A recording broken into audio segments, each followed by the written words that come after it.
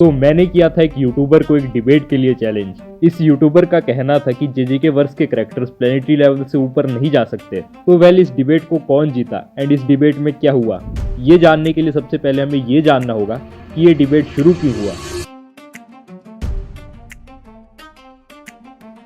So well, मैं जब भी वीडियो अपलोड करता था ये बंदा मेरी वीडियो के ऊपर डिबंक बनाता था। अब इसका जो डिबंक था वो मैं इजीली रिबंक कर सकता था, लेकिन मुझे इंटरेस्ट ही नहीं था इसके ऊपर वीडियो बनाने में। मुझे ये चीज़ बहुत बोरिंग लगती थी एंड ऐसे ही करते करते इसने मेरी 3 वीडियोस को डिबंक किया। एक बारी मैंने रिबंक वीडियो बनाया इस पे, लेकिन उसके बाद से बनाना छोड़ दिया बिकॉज मुझे ये चीज़ बहुत ज़्यादा बोरिंग लगती थी। लेकिन हद तो तब हो गई जब इसने चौथी बार मेरे ऊपर डिबंक वीडियो बना दिया, वो भी मेरी ऑलमोस्ट 2 साल पुरानी वीडियो को लेकर। एंड कमेंट सेक्शन में इसके फैंस लिख रहे हैं कि इसने मुझे कुक कर दिया। सो इतना सब होने के बाद मैंने भी इस बंदे को चैलेंज कर लिया एक डिबेट के लिए एंड देन इसने उस डिबेट को एक्सेप्ट भी कर लिया एंड देन इसने इंस्टाग्राम के ऊपर मुझे मैसेज किया एंड देन उसके बाद फिर जज ने इसको सारे के सारे रूल्स बता दिए एंड मुझे भी। एंड उसके बाद ये डिबेट फाइनली शुरू होता है। लेकिन इससे पहले इस डिबेट में क्या हुआ मैं तुम्हें ये बताऊं, उससे पहले तुम इस वीडियो को पॉज करो एंड कमेंट सेक्शन में ये चीज लिखो कि तुम्हें क्या लगता है कि इस डिबेट को कौन जीता होगा, मैं या इलाइट, एंड कितनी डिफिकल्टी से जीता होगा। सो बेसिकली इस डिबेट के अंदर मुझे ये चीज प्रूफ करनी थी कि जो जेजेके के कैरेक्टर्स हैं वो प्लेनेटरी लेवल से ऊपर हैं एंड इलाइट को बस इन चीजों को डिबंक करना था। सो जैसा कि तुम लोग यहाँ पर देख सकते हो, यहाँ पर जज अनाउंसमेंट करता है डिबेट के स्टार्ट होने की। सो यहाँ पर जो है डिबेट स्टार्ट होती है एंड मैं डिबेट की स्टार्टिंग करता हूँ अपने इस स्केल के साथ। इस स्केल में बेसिकली मेरा ये कहना था कि जो योरुज़ु है वो परफेक्ट स्फीयर को क्रिएट कर सकती है। मांगा के अंदर बोला गया है कि इनफिनाइट प्रेशर जनरेट करता है। सो ये जो चीज़ है ये एक हाई यूनिवर्सल लेवल फीट है। बहुत सारे लोग ये चीज़ बोलते हैं कि ये है तो हाई यूनिवर्सल लेवल का अटैक, लेकिन जेजेके का कोई भी करेक्टर इस चीज़ के ऊपर स्केल नहीं करता। तो इस चीज़ को प्रूफ करने के लिए मैंने यहाँ पर मोहरागा का वन शॉटिंग वाला फीट भी दिखाया था जिसमें उसने वन शॉट कर दिया था स्फीयर को। तो इसका सीधा सा मतलब है कि वर्स इसके ऊपर स्केल करता है। अब तुम डिबेट देख लो। तो जेजेके वर्स में एक करेक्टर है योरुज़ु नाम की जो कि परफेक्ट स्फीयर को यूज करती है। जेजेके में ये चीज बोली गई है कि जो ये परफेक्ट स्फीयर है ये इनफिनाइट प्रेशर को जनरेट करता है एंड ये चीज वर्स के लिए स्केल होगी बिकॉज मोहरागा ने लिटरली में इसको वन शॉट किया। स्केल रहता है सुकुना का, जहाँ पर बेसिकली मैं ये चीज़ प्रूफ करता हूँ कि सुकुना हाई यूनिवर्सल लेवल है एंड इसके पीछे का रीज़न मैं ये देता हूँ कि एंड सुकुना ने गोजो के साथ साथ पूरे के पूरे स्पेस को कट किया। ये देख सकते हो यहाँ पे। एंड जो गोजो की इन्फिनिटी है वो एक इनफिनाइट स्पेस है। तो इस वाले फीड से जो हमारा सुकुना होगा वो हाई यूनिवर्सल लेवल होगा। देन उसके बाद मैं आई एम डन बोल देता हूँ एंड इलाइट को बोलता हूँ उसका डिबंक स्टार्ट करने के लिए एंड देन उसके कुछ टाइम बाद जो हमारा जज होता है वो बोल देता है इलाइट को उसका डिबंक स्टार्ट करने के लिए एंड देन इसके बाद ये डिबंक करने का ट्राई करता है। लेकिन यीरुजो भाई, मैं योरुज़ु को तो जानता था लेकिन ये यीरुजो ये कौन है? का परफेक्ट स्पीयर के भी स्पेलिंग गलत लिखे हैं। का वेट अगर इन फ्लाइट था तो मोहोरागा जब उससे टाइम पर आइलैंड सिटी लेवल होगा तब उसको वन हॉट कैसे किया भाई तुम पावर स्केलिंग छोड़ दो, सबसे पहले तुम स्पेलिंग तो सीख जाओ कुछ चीजों की। अब देखो, तुम इससे पहले बोलो कि उसने गलती से लिखा होगा। इतनी सारी चीजें गलती से नहीं हो सकती, ये पॉसिबल ही नहीं है। इसको स्पेलिंग ही नहीं आती एंड सबसे पहले तो इसकी स्पेलिंग गलत है। उसके बाद ये समझना ही बहुत ज्यादा मुश्किल है कि ये बोलने का क्या ट्राई कर रहा है इस चीज मैसेज के अंदर। दूसरी चीज ये है कि ये समझना ही बहुत ज्यादा मुश्किल है कि ये क्या बोलने का ट्राई कर रहा है। तीसरी चीज, इसने कुछ डिबंक किया नहीं है मेरे स्केल का एंड इसने कुछ भी यहाँ पर डिबंक नहीं किया है। ये कुछ शायद ऐसा बोलने का ट्राई कर रहा है कि अगर जो योरुज़ु थी उसका जो स्पीयर था वो अगर हाई यूनिवर्सल लेवल था तो मोहरागा उस टाइम सिटी लेवल था या आइलैंड लेवल था, तो उसने उसको वन शॉट कैसे किया। अब सिंपल सी बात है, अगर उसने उस चीज को वन शॉट किया तो उसके लिए स्केल होगी एंड वो हाई यूनिवर्सल लेवल बनेगा। इस बंदे को इतनी सिंपल सी चीज भी समझ नहीं आ रही। एंड देन उसके बाद मैं कुछ ये बोलता हूँ, तो अगर मोहरागा उस परफेक्ट स्फीयर को डिस्ट्रॉय करेगा जो कि इनफिनाइट प्रेशर जनरेट करता है तो ये जो चीज होगी ये मोहरागा को हाई यूनिवर्सल लेवल बनाएगी।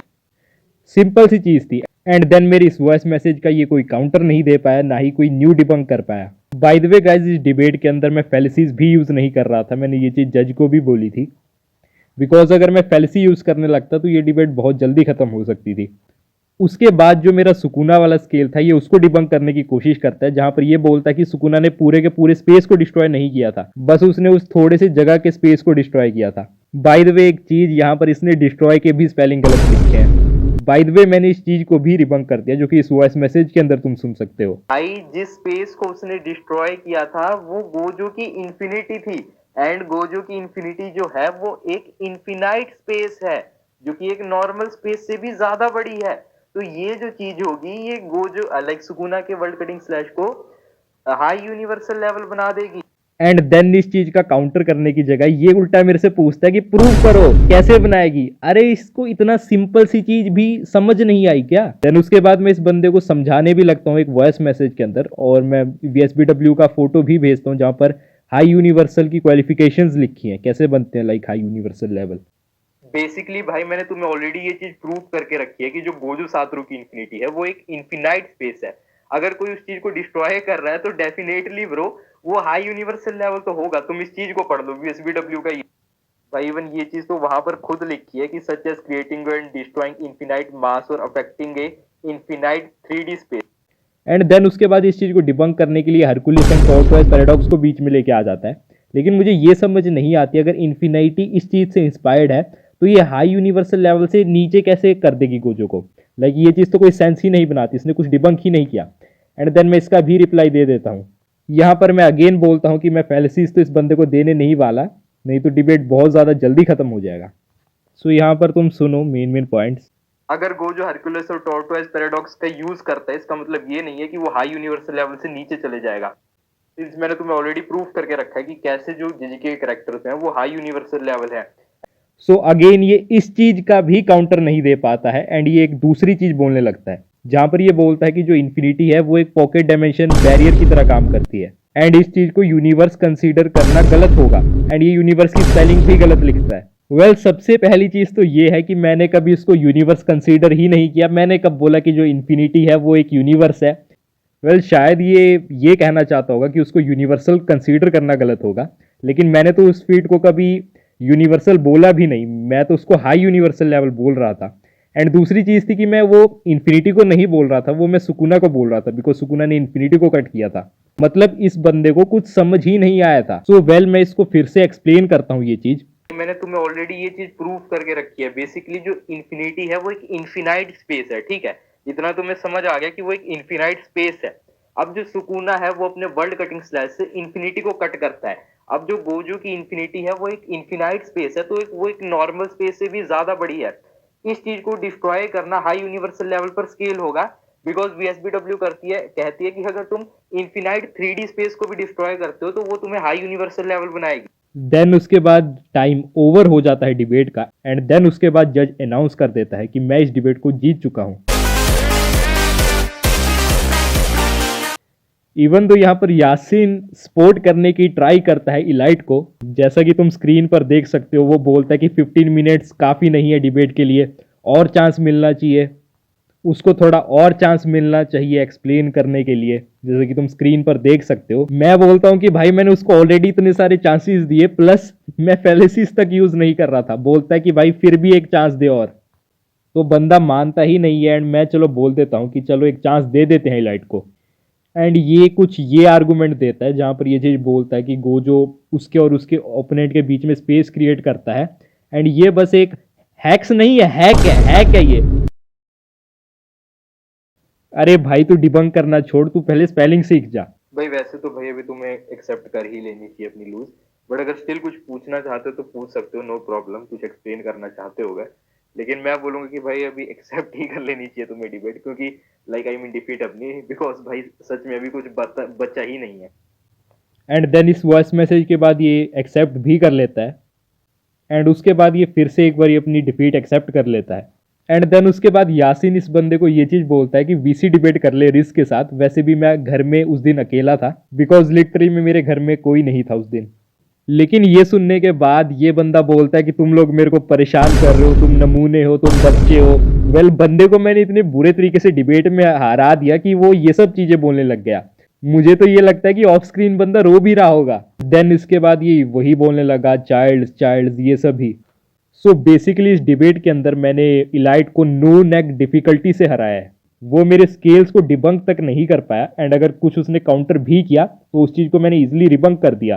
प्लस मैं चाहता तो फैलेसीज यूज करके डिबेट को और भी जल्दी खत्म कर सकता था, लेकिन स्टिल मैंने उसको चांस दिया।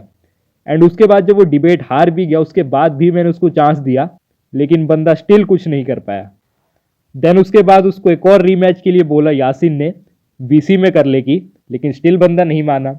यासिन ने तो इस बंदे को इतना ज़्यादा सपोर्ट भी किया, लेकिन स्टिल बंदा नहीं माना। सो वेल उसकी वीडियो के कमेंट सेक्शन में कुछ लोग बोल रहे थे कि इलाइट ने मुझे कुक कर दिया है, लेकिन इस वीडियो को देखने के बाद अब बोलो किसने किसको कुक किया है। सो वेल आई थिंक इस वीडियो को देखने के बाद जेजे के डाउन प्लेयर्स को तो काफ़ी ज़्यादा बुरा लगा होगा, प्लस हमारा जो इलाइट है वो तो रो रहा होगा।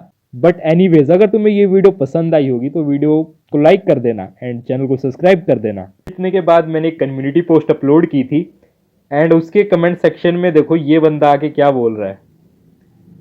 ये देखो भाई, लाइक इतना ज़्यादा ये जल रहा है डिबेट हारने के बाद, देख सकते हो तुम स्क्रीन पर।